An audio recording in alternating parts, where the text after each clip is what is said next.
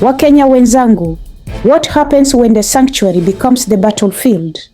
When prayer turns into panic? Let's dive into one of the most disturbing scenes witnessed over the weekend. A direct assault, not just on leaders, but on democracy itself.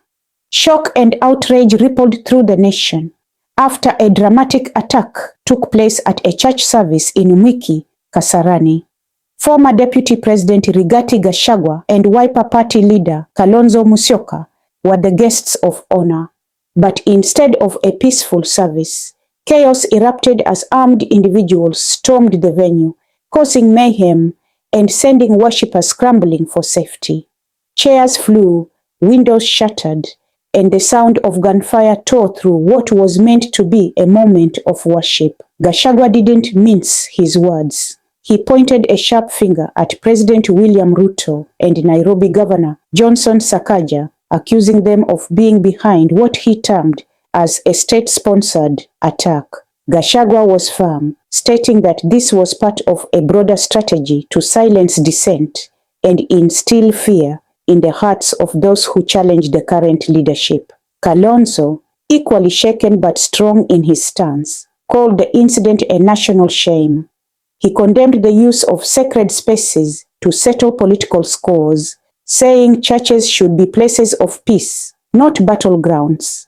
This was not just an attack on us, he said. It was an attack on Kenya's soul. Now, the Directorate of Criminal Investigations, DCI, is on the case.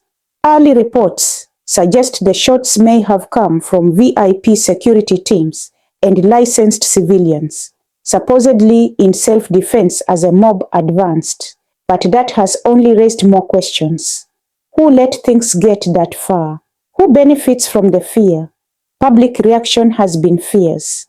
Civil rights groups, religious leaders, and ordinary Kenyans have united in one voice. This is not the Kenya we want. There's growing concern over the way security forces are being used and the creeping sense that political intimidation is becoming the norm. My people, if a church isn't safe anymore, where is?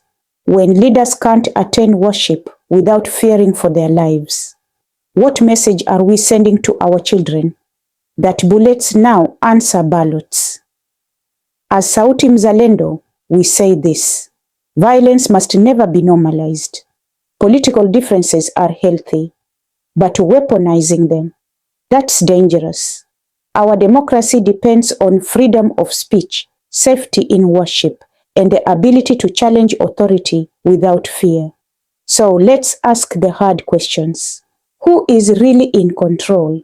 And who will stand up to protect the right to worship, speak, and live without fear?